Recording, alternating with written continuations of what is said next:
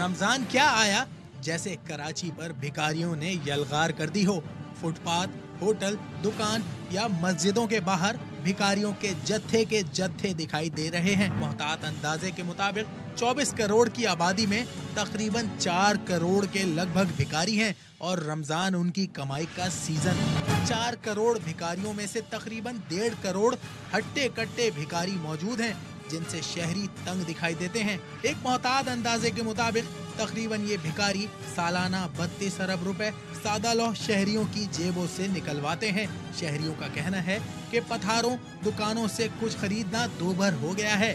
आप कहीं भी जाएं, भिखारियों ने नाक में दम कर रखा है। ना पुलिस ना इंतजामिया कोई भी इस भिखारी माफिया को लगाम देने में नाकाम है। पंजाब में कुछ दिनों कबल ऑपरेशन भी किया और हट्टे कट्टे भिखारियों को पकड़ा। किसी दाना का कौल है कि मछलियां देने के बजाय जरूरतमंद को जाल दें, मछलियां पकड़ना सिखाएं, ना कि मछलियां दें। भिखारी माफिया के खिलाफ सबको मिलकर काम करना होगा। सबको मिलकर तो काम करना होगा, लेकिन हम आज से नहीं, ये अरसा दराज से ये मामलात हैं और अब तो इसका इन्फ्लक्स इतना ज़्यादा बढ़ चुका है कि आपको बाज़ाब्ता एक मुनज़्ज़म मुहिम नज़र आती है, भिखारी मुहिम, जो कि पहले रमज़ान से और ईद के कुछ दिनों तक चलती रहती है। और मसला ये नहीं है, मसला ये है कि एक तो वो लोग हैं जो शायद मांगते हैं, आप उनको मना कर दें वो चले जाते हैं, और अगले ये होते हैं कि जो बाज़ाब्ता उन्होंने अपने हाथों में कोई जो है ना लोहा पहना होता है और वो अगर आप मना करें तो ज़ोर ज़ोर से आपका जो है शीशा बजाते हैं। अगर ख़वातीन हैं और वो बाज़ारों में गई हैं शॉपिंग करने तो वो पीछे से उनके दुपट्टे खींचती हैं और पीछे पड़ जाती हैं, और सिर्फ बड़े नहीं छोटे छोटों को भी ऐसा ट्रेन किया हुआ होता है उन्होंने कि एक साथ एक नहीं, दो तीन आपके इर्द गिर्द उन्होंने आपको हिसार में लिया होता है। जैसे जैसे जहां आप सोचें इतना ट्रैफिक होता है, पब्लिक से बच के चलना होता है, आपकी गाड़ी कहीं दूर पार्क हुई भी है, वो साथ आपको, और आप बार बार ही कह रहे हैं। अच्छा, समटाइम इससे भी होता है कि आपके पास चेंज नहीं होता है तो उसकी उनकी फरमाइश होती है, अच्छा तो फिर बड़ा ही नोट दे दो। एब्सोल्युटली। अब इस पे क्या एक्शन हुआ,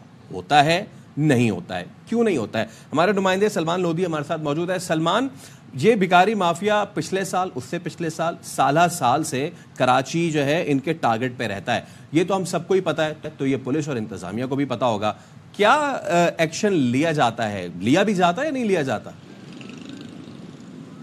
देखिए, दावे किए जाते हैं कि इनके खिलाफ कार्रवाइयाँ की जाएंगी। मैं आपको बताऊं, कराची पुलिस चीफ ने रमज़ान से पहले ये ऐलान किया था कि शहर भर में गदागरों के खिलाफ कार्रवाइयाँ की जाएंगी, लेकिन आप हैरान होंगे, 10 से ज़ायद रोज़े गुजर चुके हैं और आपको पता है कितनी गिरफ्तारियाँ हुई। अगर हम ज़िले वाइज बात करते हैं तो हर ज़िले में 30, 40, 15, 20 या 2-3 अफराद को गिरफ्तार किया गया।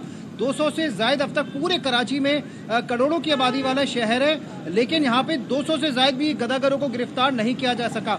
आप घरों से बाहर निकलते हैं, कोई दुकान पे जाएं, वहाँ पर आपके पास बच्चे आ जाते हैं, इनके पीछे खवातीन मौजूद होती हैं। आप मार्केटों में आए, वहाँ पर पेशेवर गदागर मौजूद होते हैं। शाहराहों पर ट्रैफिक सिग्नल पर रुकें तो बाकायदा गाड़ी को नॉक करके यहाँ पे आते हैं। कराची में 3 से 4 पेशेवर गदागरों के गिरोह काम कर रहे हैं। एक गिरोह वो है जो मंशात के आदि अफराद पर मुश्तमिल है, जो मुख्तलिफ जगहों पर मौजूद होते हैं। दूसरा ग्रुप वो है जो ख्वाजा सराओं पर मुश्तमिल। तीसरा ग्रुप ऐसा है जो बच्चों के साथ मुख्तलिफ मार्केटों में फैला हुआ। ये मसाजिद के बाद भी आपको मिलेगा, दुकानों में आप कोई भी राशन खरीदने जाए वहाँ पे भी आपको मिलेगा। अगर आप पैसे नहीं देते तो आपसे ये मुतालबा करते हैं कि आटा दिला दिया जाए, गोश्त दिला दिया जाए। अगर आप दिला भी देते हैं तो ये वहाँ से जाती नहीं, बल्कि सामान जमा करने के बाद सलमान, ये तो हर बार ही होता है ना। हम जब भी इस तरह का कोई सीजन देखते हैं, फेस्टिविटी होती है, ये लोग बड़े एक्टिव हो जाते हैं। हमेशा पुलिस कहती है हम क्रैक डाउन करेंगे, तो क्रैक डाउन होने के बाद कुछ सूरत हाल बेहतर होती है, लेकिन इस बार क्या हो रहा है? देखिए, क्रैकडाउन का दावा किया गया, कुछ गिरफ्तारियां दिखाने के लिए की गई। अगर सेंट्रल की मैं आपको बात करता हूं, जिसमें अजीज़ाबाद, नाज़ाबाद, न्यू कराची, गुलबर्ग के मुख्तलिफ इलाके आते हैं, इस इलाके में अगर 30 से 40 गदागर गिरफ्तार किए जाते हैं तो आप ये समझती हैं कारकर्दगी होगी पुलिस की। इसी तरह हम दूसरे जोन्स की बात करते हैं जहां पर सिरे से कोई कार्रवाई नहीं हुई। कोरंगी की बात करते हैं, मलिर की बात करते हैं, या वेस्ट औरंगी टाउन, सरजानी एतराफ़ के इलाकों की बात करते हैं जहां पर इनके खिलाफ कोई कार्रवाई नहीं हुई।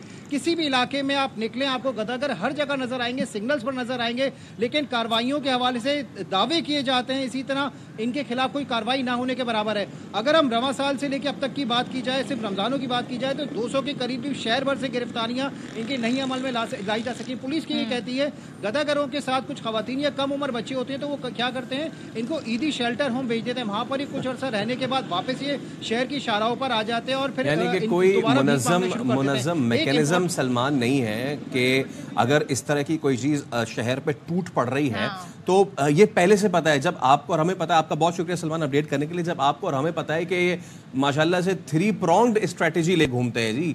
एक मनशियात का गिरोह है, एक खातीन का गिरोह है और एक बच्चों के साथ वाली खातीन का गिरोह है, एक ख्वाजा सरा का गिरोह है। जब हम सबको ये मालूम है तो फिर पुलिस को मालूम नहीं, और अगर पुलिस को मालूम नहीं है तो फिर अगेन बेगर्स के पास प्लान है, उनके पास स्ट्रेटेजी है, उनके पास ABC प्लान है, लेकिन जिसने उनको रोकना है उनके पास कोई प्लान नहीं है। कमाल की बात ये प्लान है कि एदी होम भेज दें। हाँ, वो फिर वो एदी होम भेज देते हैं, वहाँ भी मतलब ठीक ठाक ही रहते होंगे, उसके बाद फिर से अपने कार्रवाई करने निकल जाते हैं। What is this solution? ये सोल्यूशन नहीं है, बल्कि इस तरह तो आपने एक सेफ हेवन प्रोवाइड कर रहे हैं। अच्छा जी, अब